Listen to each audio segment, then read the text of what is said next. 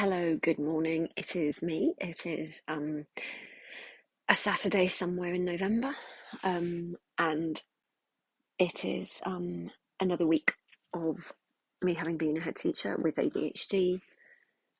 It has been a very busy week. I In the middle of the week, I what did I do? Compared a conference about trauma, which was equally amazing and exhausting and overwhelming, and took a lot of preparation because being out of school and away from my two schools is quite a challenge at the moment just because of various staffing issues.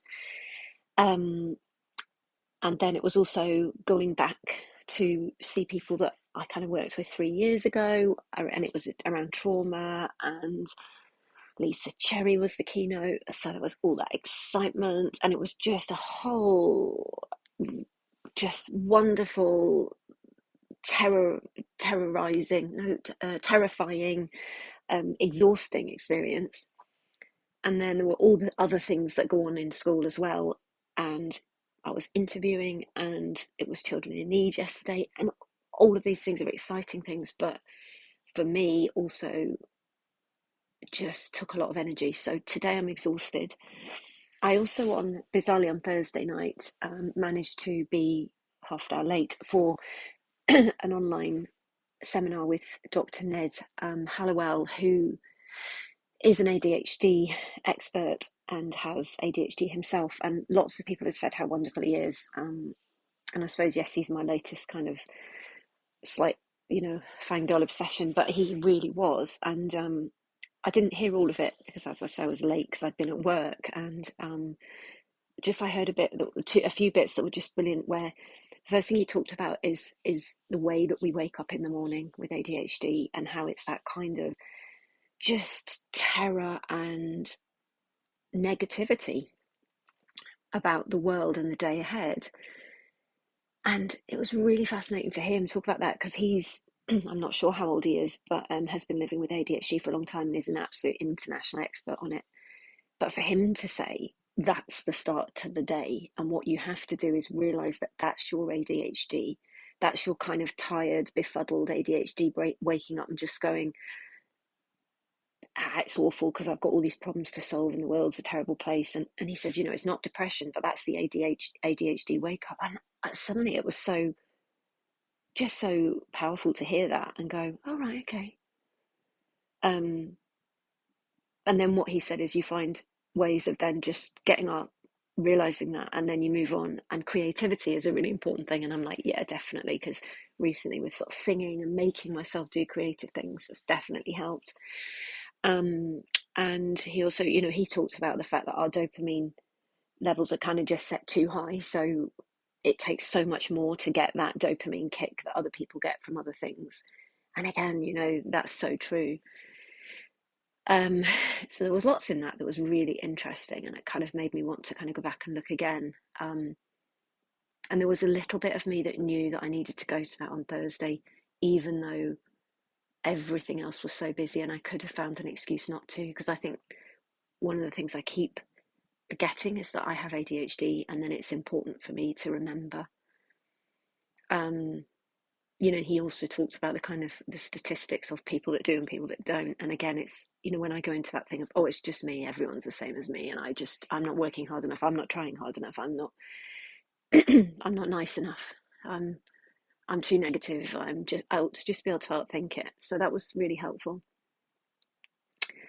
And then there's been a couple of things this week as well that, in spite of my the fact I'm a head teacher, the fact that I make these videos, the fact that I can stand at a conference and blow everyone away with my ability to connect and link and be interested, and that's genuine, by the way. I loved what I did on Wednesday at this conference, which was to find the connections to be between people, to talk about trauma, because that is just something that I want the world to know. I want children who've experienced trauma, I want everyone to know how to help them to thrive. So it was such a buzzy day, but in spite of all that, there's still the bit of me that didn't think I could do it, was absolutely petrified, still kind of wonders if I did a good enough job, or if I was just a bit weird, or if you know. And then also just a couple of things where, people have said something or I've said something, and I've just had that overwhelming sense of one little word or sigh or look can just destroy me. And that that is very real. But I think, again, I have to acknowledge that and not go into that whole thing of oh, they don't like me, or the world's a terrible place, or the one small thing.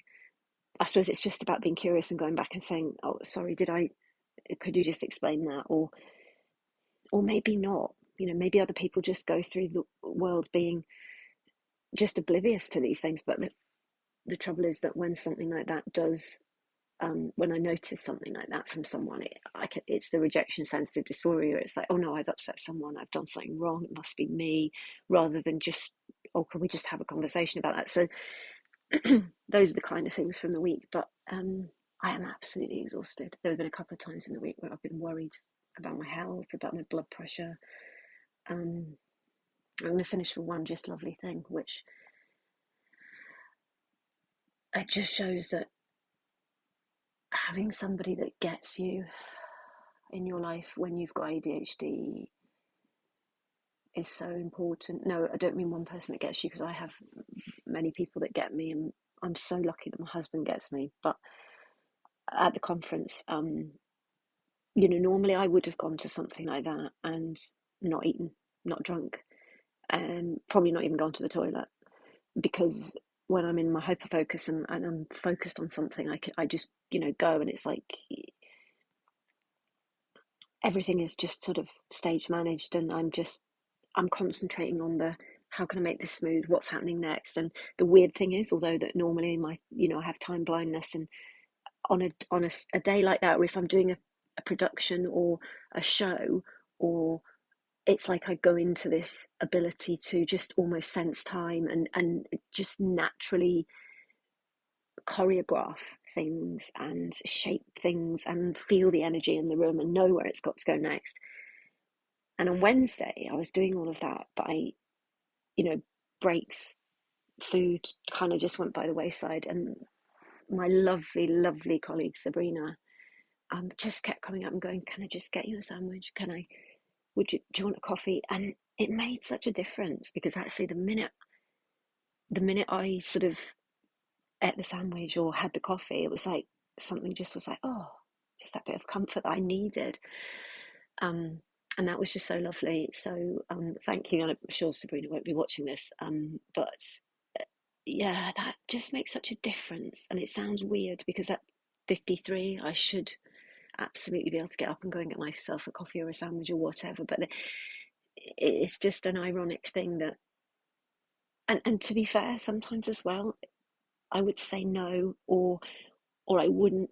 I don't know. There was just something different about it. Like someone could put a plate of food next to me, but I wouldn't eat it. And maybe it's because it was the choice of food as well. It was like, what would you like? Right, I'd like a tuna sandwich, and then it was a tuna sandwich, and then it was or a decaf latte, anyway. I can't explain it, but it just made such a difference. So that is today, and I'm so tired. I'm really going to try not to work today. The default option would be to work, because I'm tired and I'm feeling flat, and I know that if I worked, there'd be a bit of dopamine that would come from getting a job done for school. But I'm going to go for a swim in the cold water, and I'm going to hopefully talk to some friends who I haven't caught up with for a while, and spend some time with my family, who I feel are much neglected this week. And there we go. That's 10 minutes, so that's a long one. I'm a bit worried about what's happening with Twitter, but I'm going to pop this on Twitter and see what happens. And then if it all goes,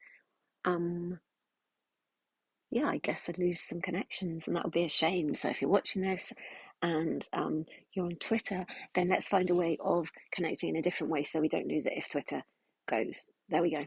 Much love, stay safe, stay well, and take care.